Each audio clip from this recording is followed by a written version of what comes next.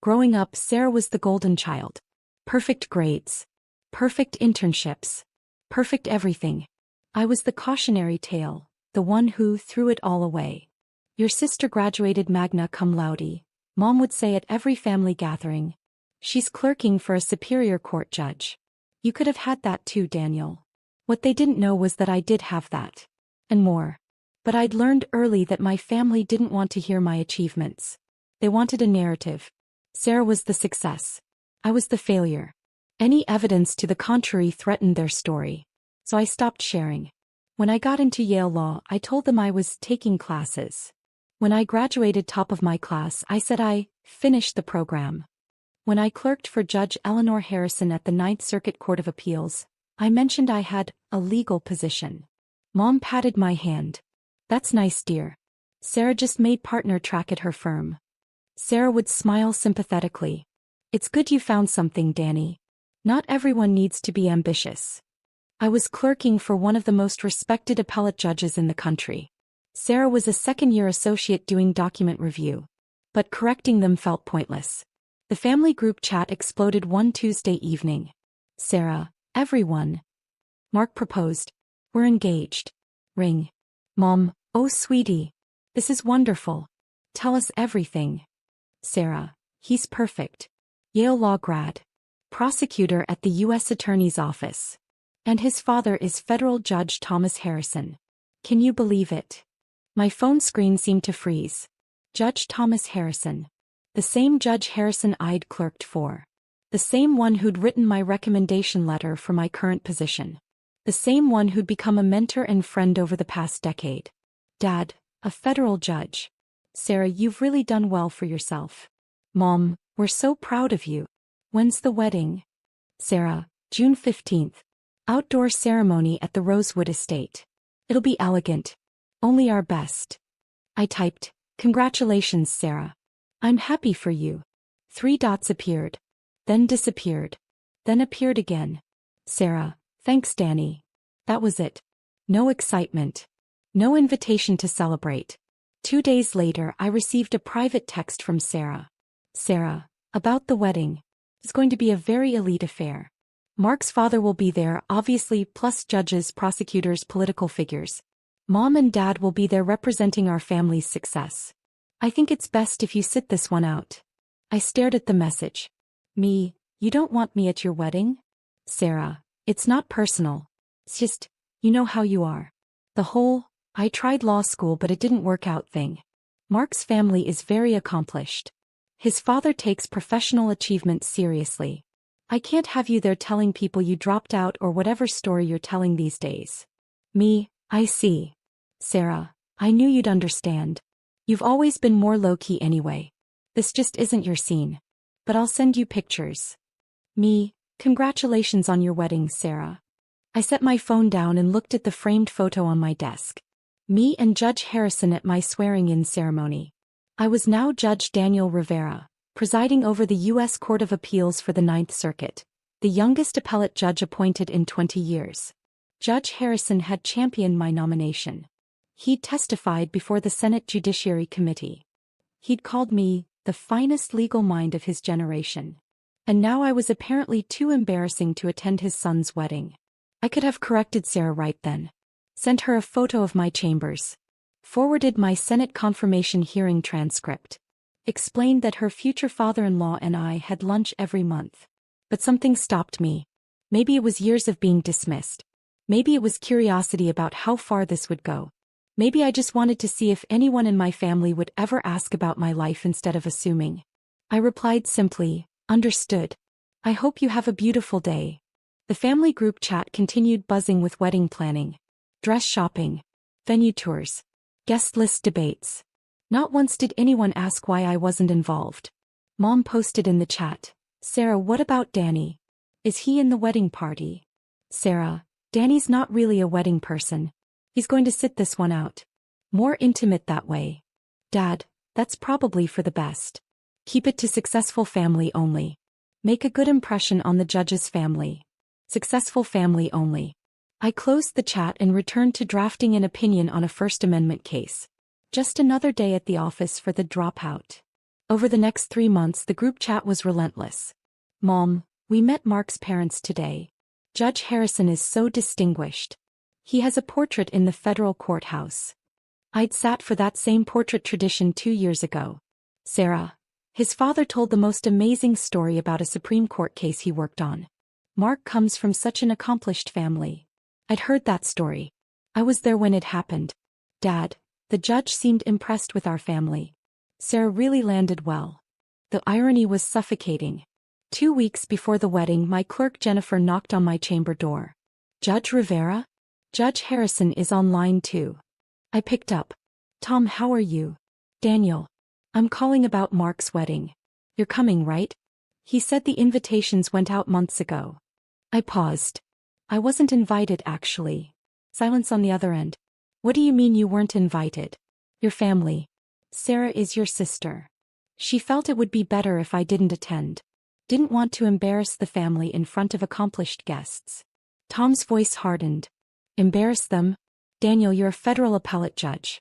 You're more accomplished than half the guest list combined. They don't know that.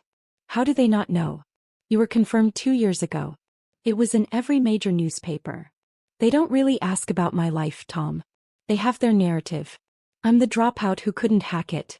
Sarah is the successful one. Correcting them seems exhausting. He was quiet for a long moment. Does Sarah know Mark and I know you? No. I don't think Mark knows either. Your son started at the U.S. Attorney's office after I clerked for you. We've never crossed paths. This is absurd. I'm calling Sarah right now. Tom, don't. Please. Let it play out. Why would you let them treat you like this? Because I want to see if anyone will ever just ask. If anyone will ever be curious about my actual life instead of the story they've invented. Tom sighed. You're a better man than I am. But I'm not playing along with this farce. You're coming to that wedding as my personal guest. I'll have Mark add you to the list. Tom. Non-negotiable, Daniel. You're family to me if not to them. You'll be at the head table with the wedding party. I insist. June 15th arrived with perfect weather. The Rosewood estate looked like something from a magazine. White chairs in rows, flowers everywhere, a string quartet playing softly. I arrived in my best suit, carrying the crystal vase I'd selected as a wedding gift. Tom had indeed added me to the guest list, placed at his family's table. I checked in at the registration table. The coordinator smiled. Name, please. Daniel Rivera. She scanned the list. Oh. You're at table 1. That's the family table with Judge Harrison. Right up front. I thanked her and walked toward the ceremony area. That's when I heard Mom's voice. Danny? What are you doing here? I turned. Mom and Dad stood there in formal attire, both looking confused and slightly horrified. I was invited, I said simply. Dad's face reddened. Sarah specifically said you weren't coming. She said you understood this wasn't your type of event. Plans changed. Mom grabbed my arm, pulling me aside. Danny, you can't be here. Judge Harrison will be here. Important people. Sarah needs this to go perfectly. I'm aware. Then why would you show up and embarrass her? After she specifically asked you not to come? Before I could answer, Sarah appeared radiant in her wedding dress with her maid of honor. Her face went white when she saw me. Danny, what the hell are you doing here? Congratulating you on your wedding. I told you not to come. I was very clear. Her maid of honor whispered, Sarah, people are staring. Sarah lowered her voice to a hiss. You need to leave. No. Before the ceremony starts. Before you embarrass this entire family. I was invited, Sarah. By who? I sure as hell didn't invite you. By Judge Harrison. She laughed. A sharp, mean sound. Right. My future father-in-law invited my dropout brother he's never met. Try again. It's true. You're delusional. You've always been delusional. Making up stories to feel important. He turned to Mom. Get him out of here before the ceremony. Mom grabbed my other arm. Danny, please. Just go. Don't ruin this for your sister. The coordinator appeared. Excuse me, but we're about to start. All guests need to be seated. Sarah's eyes were wild. He's not a guest. He's leaving. Actually, the coordinator checked her tablet. Daniel Rivera is seated at table 1. Judge Harrison's table. That's a mistake, Sarah snapped. No mistake, ma'am. Judge Harrison specifically requested he be seated there. Called this morning to confirm. Sarah's face went from white to red. That's impossible. The coordinator smiled politely. Nevertheless. Sir, if you'll follow me to your seat. I looked at Sarah. She was trembling with rage. Congratulations on your wedding, I said quietly, then followed the coordinator. Behind me I heard Mom. How did he manage to trick the judge's office into adding him? The ceremony was beautiful. Mark seemed genuinely in love with Sarah, and she glowed walking down the aisle. Whatever our family issues, I could acknowledge they seemed happy together. I sat at table 1 as promised. Me, Judge Harrison and his wife Patricia, Mark's sister and her husband, and 2 empty seats for the bride and groom during the reception. Tom caught my eye during the ceremony and nodded. Patricia smiled warmly. She knew the whole story. Tom had filled her in years ago. When the ceremony concluded, guests moved to the reception area for cocktail hour. I stayed back, not wanting to create drama before dinner. That's when Mark approached. Daniel Rivera? I turned. Yes. I'm Mark. The groom. He extended his hand, looking puzzled. My father said you were here, but I don't think we've met. We haven't. Congratulations on your marriage. Thank you. I'm sorry, I'm a bit confused. How do you know my father? I clerked for him. Years ago. His eyes widened. You clerked for my dad? He never mentioned. Wait, Daniel Rivera. Oh my God. You're Judge Rivera. Ninth Circuit. That's right. You're Sarah's brother? The one she said dropped out of law school. I'm her brother, yes. Mark's face went through several expressions in rapid succession. Confusion. Realization. Her. She said you dropped out. She said you were working random jobs. She said you'd be embarrassed around accomplished people. She has a particular narrative about me. But you're a federal appellate judge. You're one of the youngest ever appointed. Your confirmation hearings were legendary. You had unanimous Senate approval. Dad talks about you all the time. He says you're the best legal mind he's ever encountered. That's kind of him. Mark ran his hand through his hair. Does Sarah know? No. Does your family know? No. Why not? They never asked. He stared at me. They never asked what you do for a living? They have their story. I'm the failure. Sarah is the success. Anything that contradicts that, they don't want to hear. This is insane. Tom appeared, Patricia on his arm. Mark, I see you've met Daniel. Dad, why didn't you tell me Sarah's brother is Judge Rivera? I assumed you knew. He's family. Sarah told me he dropped out of law school. That he was unemployed. That she didn't want him at the wedding because he'd embarrass us. Tom's face hardened. She said what? Patricia touched his arm. Tom. Not here. Not now. But Tom was already looking across the reception area to where Sarah stood with Mom and Dad, holding court with a circle of guests. This ends now, Tom said. Dinner was called. Guests found their seats. I was at table 1, directly in front of the head table where Sarah and Mark would sit with their bridal party. Sarah walked into the reception hall, stopped and stared at the seating arrangement. I was between Tom and Patricia at the judge's family table. The seat of honor. She made a beeline for our table. There's been a seating mistake, she announced. Tom stood. No mistake, Sarah. Daniel is seated exactly where I want him. Judge Harrison, I appreciate you being kind, but my brother doesn't need to be at the family table. We have a seat for him in the back. Your brother, Tom said slowly, is seated at my table because he's family. To me. Sarah forced a laugh. You're very sweet, but you just met him today. Danny probably told you some story. I've known Daniel for 12 years, Tom interrupted. Since he clerked for me after graduating top of his class from Yale Law. The color drained from Sarah's face. Mom appeared.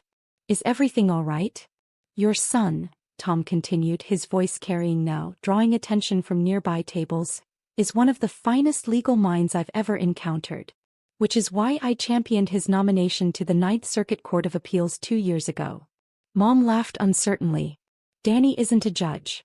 He's Judge Daniel Rivera, Patricia said firmly. Confirmed unanimously by the Senate. The youngest appellate judge appointed in 2 decades. And one of our dearest friends. Sarah was shaking her head. No. That's not possible. Danny dropped out of law school. He's unemployed. I graduated from Yale Law, I said quietly. Top of my class. I never dropped out. Dad had joined the group now. You said you were taking classes. I was. Law school classes. You said you had a legal position, Mom whispered. I did. Clerk for the Ninth Circuit Court of Appeals. Then associate justice position. Then appellate judge. Sarah's voice was high and thin. You've been lying to us for years? I've never lied to you. I told you exactly what I was doing. You chose not to hear it. Tom's voice cut through. He told you he went to Yale. He told you he had a legal position. He told you the truth. You created a narrative and refused to listen to anything that contradicted it. Mark was standing now too, looking between me and Sarah. Sarah, you told me your brother was a failure. You told me he'd embarrass us. I thought. Sarah's hands were shaking. He never corrected me. You never asked, I said. The nearby tables had gone quiet. People were watching. Sarah turned to Tom. I didn't know. I swear I didn't know. You didn't know because you didn't want to know, Patricia said, not unkindly but firmly. You had your story. Your brother was easier to dismiss than to understand. Mom grabbed my arm. Danny, why didn't you tell us? I tried, Mom. Multiple times. But every time I mentioned an achievement, you changed the subject to Sarah's successes. After a while I stopped trying. Dad's face was red. This is absurd. If you're really some big shot judge, why didn't you just force us to listen? Because I wanted to see if anyone would care enough to ask. No one ever did. Sarah's maid of honor approached, whispering urgently. Sarah, everyone's staring. We need to start the reception. Sarah looked at me with something between fury and humiliation. You let me invite you out of my own wedding. You let me tell you that you weren't good enough. You knew the whole time that you know Judge Harrison and you said nothing. You told me I would embarrass you, I said evenly. I tried to respect your wishes. By showing up anyway? Judge Harrison invited me. I accepted his invitation. Tom placed a hand on my shoulder. Daniel is here as my guest and as family. If that's a problem, Sarah, perhaps you should consider why you're more upset about being wrong than about how you've treated your brother. The reception hall was nearly silent now. 200 guests watching the family drama unfold. Mark stepped forward. Sarah, maybe we should. No. Sarah's voice was sharp. Everyone is acting like I'm the villain here. Danny has been lying by omission for years. Letting us think he was a failure when apparently he's some hotshot judge. That's manipulative. Manipulative. Patricia's voice was ice. Or self-preservation? A new voice entered the conversation. Excuse me. I'm sorry to interrupt. A woman in her 60s approached. Distinguished, wearing judicial robes over her formal dress. Judge Catherine Morrison. California Supreme Court Justice. I'd argued a case before her last year. Judge Rivera, she said warmly, I didn't realize you'd be here. I attended because Tom invited me, but this is a lovely surprise. She turned to Sarah. You must be so proud of your brother. His recent opinion on the voting rights case was brilliant. It's being studied in law schools across the country. Sarah couldn't speak. Judge Morrison continued, oblivious to the tension. And so young. Most appellate judges wait until their 50s. But Daniel earned it. Tom, you trained him well. Tom smiled tightly. Daniel trained himself. I just had the privilege of watching. Another voice. Judge Rivera. I didn't know you'd be here. A young man approached, mid-20s, eager. One of Mark's colleagues from the U.S. Attorney's Office. Sir, I just wanted to say your opinion on the Henderson case changed how we approach prosecutions. It's required reading in our office now. I nodded politely. Thank you. He turned to Sarah and Mark. You're so lucky. Having Judge Rivera in the family must be incredible. The guy's a legend. Sarah made a sound somewhere between a laugh and a sob. More people were approaching now. Judges who'd recognized me. Attorneys who'd argued before me. People congratulating Sarah on having such an accomplished brother. Each compliment was a knife. Mom was crying quietly. Dad looked like he'd been punched. Sarah turned to me, her voice breaking. Why didn't you just tell us? I did tell you, Sarah. Every time. You just never heard it. But you could have. What? Forced you to listen? Demanded you acknowledge my achievements? Begged you to be proud of me? kept my voice level. I told you I went to Yale. I told you I worked in law. I told you I had a position at the court. You chose to hear dropout and unemployed. That was your choice, not mine. Mark touched Sarah's arm. Sarah, he's right. I remember you telling me he dropped out. You said it multiple times. You said he was the family embarrassment. Because that's what I thought. Sarah's voice cracked. That's what Mom and Dad always said. We never said drop out, Mom protested weakly. We assumed. You assumed I was a failure, I finished. Because Sarah was the golden child and there could only be one success in the family. That's not fair, Dad said. Tom's voice cut through. Actually, David, it is fair. I've heard Sarah describe her brother exactly that way. The dropout. The embarrassment. The one who couldn't hack it. He looked at Sarah. You specifically told my son that Daniel would embarrass us at this wedding. Sarah was sobbing now. I didn't know. You didn't want to know, Patricia said gently. There's a difference. The wedding coordinator appeared, looking stressed. I'm so sorry, but we need to start the formal reception. Dinner is getting cold. Mark nodded. Of course. Sarah, let's. How can we start? Sarah's voice was raw. Everyone just heard that I disinvited my brother, a federal judge, from my wedding because I thought he was a loser. Well, Tom said quietly, you did do that. Sarah turned on him. You knew. This whole time you knew and you didn't tell us. I assumed Daniel had told you. Why would I imagine a man wouldn't tell his own family about becoming a federal judge? It seemed impossible that they wouldn't know. But when you realized we didn't know, I invited him to the wedding as my guest. What you chose to assume about that invitation was your business. A man approached, late 50s, sharp suit, authoritative presence. Tom. Great to see you. He clapped Tom on the shoulder, then noticed me. Judge Rivera. I didn't expect to see you here. Tom smiled. Bill, meet Sarah Harrison, Mark's bride and Daniel's sister. Bill extended his hand to Sarah. Bill Morrison. I'm on the Ninth Circuit with your brother. He's the best thing to happen to our court in years. You must be incredibly proud. Sarah's hand hung limply. Yes. Bill didn't notice the tension. Your brother's brilliant. Honestly, he'll probably be on the Supreme Court shortlist in the next decade. Mark that in your calendar. You'll get to attend his confirmation hearings. They're quite something. He wandered off to get a drink. Sarah looked at me. Really looked at me, maybe for the first time in years. Supreme Court, she whispered. I shrugged. It's just speculation. Danny, she stopped. I'm so sorry. Are you sorry you treated me that way or sorry that you were wrong about me? She flinched. Mom touched my arm. Danny, please. We didn't understand. If you'd just been more clear. I was clear, Mom. You chose not to hear me. There's a difference. Patricia spoke up. If I may, I think the bride and groom should start their reception. This is their wedding day. These family matters can be discussed another time. Tom nodded. Patricia's right. Sir Mark, this is your day. Let's not let it be ruined further. Sarah looked at me with something I'd never seen before. Respect. Mixed with devastation. Will you stay? She asked quietly. For the reception? I considered. Part of me wanted to leave. To let them sit with what they'd learned. But another part, the part that still remembered being 7 years old and looking up to my big sister, softened. I'll stay. Relief washed over her face. Thank you. As she and Mark walked to the head table, I heard her whisper to him, I'm the worst person alive. He squeezed her hand. No. But you have some serious apologizing to do.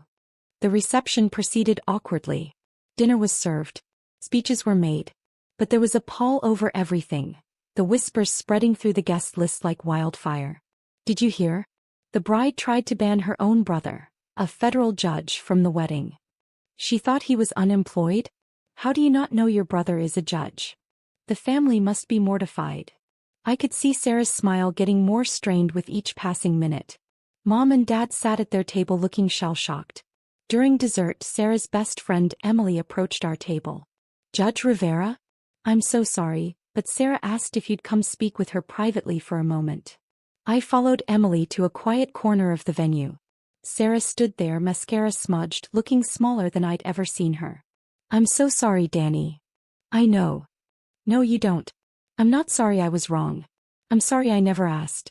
I'm sorry I created this whole narrative about you being a failure because it made me feel better about myself. That surprised me. Made you feel better? You were always smarter than me. Even when we were kids, you understood things faster. You saw connections I missed. It scared me. She wiped her eyes. So when you said you were taking classes, I jumped on the chance to believe you dropped out. Because if you'd failed, then I hadn't spent my whole life competing with someone better than me. I didn't know what to say. Mom and Dad did the same thing, she continued. They needed me to be the golden child because you were so effortlessly brilliant. They created this hierarchy where I was the successful one, so they wouldn't have to acknowledge that you surpassed all of us without even trying. Sarah. I uninvited my brother, a federal appellate judge, from my wedding because I was terrified he'd outshine me even while being unemployed. How pathetic is that? It's not pathetic. It's human. It's cruel. And I'm so sorry. I looked at my sister, really looked at her. And I saw what I'd been too hurt to see before. Not malice. Not hatred. Just insecurity wearing a mask of superiority. I forgive you, I said quietly. She started crying harder. How can you forgive me? I've been horrible to you for years. Because you're my sister. And because I understand what it's like to feel like you're not enough. She laughed through tears. You're a federal judge at 34. I'm also someone whose family didn't want him at a wedding. Achievement doesn't erase that pain. He hugged me then. Tight and desperate. I'm going to make this right, she whispered. I don't know how, but I will. An hour later, Sarah stood to give her speech. The traditional thank you to guests, parents, new in-laws. But she went off script. I need to say something, she began, her voice shaking. Earlier today I almost made the biggest mistake of my life. I tried to exclude my brother from this wedding because I thought he wasn't successful enough to be here. The room went silent. I was wrong. My brother is Judge Daniel Rivera of the Ninth Circuit Court of Appeals. He's one of the youngest federal judges ever appointed. He's brilliant, accomplished, and kind. And I was so insecure about my own achievements that I spent years convincing myself he was a failure. Guests shifted uncomfortably. Danny told our family what he did. Multiple times. We chose not to hear him because it was easier to have him be the unsuccessful one while I was the golden child. That says everything about us and nothing about him. He turned to me, tears streaming. Danny, you're the best person I know. You achieved incredible things and you never needed to brag or force anyone to acknowledge them. You just quietly became extraordinary. And instead of celebrating you, I tore you down to make myself feel better. I'm so sorry. The room was completely still. So I want everyone here to know, my little brother is my hero. And if you take away one thing from this wedding, I hope it's that success isn't about titles or positions. It's about character. And Danny has more character in his little finger than I've had in my entire life. She raised her glass. To my brother, Judge Daniel Rivera. The best man I know. The room erupted in applause. I stood and walked to Sarah. She fell into my arms, sobbing. Thank you, I whispered. I meant every word. Things changed after the wedding. Mom and Dad called the next week. Ashley called. For hours we talked, really talked, for the first time in years. They apologized. They asked questions. They listened to my answers. Dad asked to visit my chambers. When he saw my name on the door, he cried. Sarah and I had lunch every month now. She'd started therapy, working through the competitive dynamic our parents had created.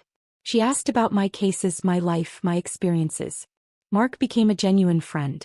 We discovered we both loved basketball and started playing pickup games on weekends. Tom and Patricia had me over for family dinners. You were always family, Tom said. Now everyone knows it. The family group chat was different now too. Sarah, Danny, can I call you? Need advice on something. Mom, Danny, we saw your opinion was cited in the news. So proud of you. Dad, son, I'm telling everyone at the office about you. Hope that's okay.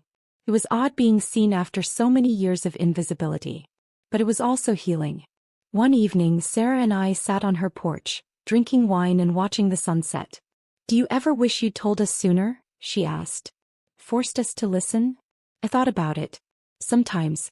But I think it happened the way it needed to. You all had to confront why you didn't want to know. If I'd forced the information on you, you might have acknowledged it but not truly heard it. That's very wise. I'm a judge. It's kind of my job. She laughed, then grew serious. I'm glad you came to the wedding. Even though I told you not to. Tom didn't give me much choice. Dad wanted to know why you'd let us treat you like that for so long. Why you didn't fight harder to make us see you. What did you tell him? That you shouldn't have to fight your own family to be seen. That the fact that you had to fight at all was the problem. I nodded slowly. That's exactly right. She refilled our glasses. To being seen. To being heard, I countered. We clinked glasses and watched the sun slip below the horizon. For the first time in years I felt like I had my sister back. And that was worth more than any title could ever be.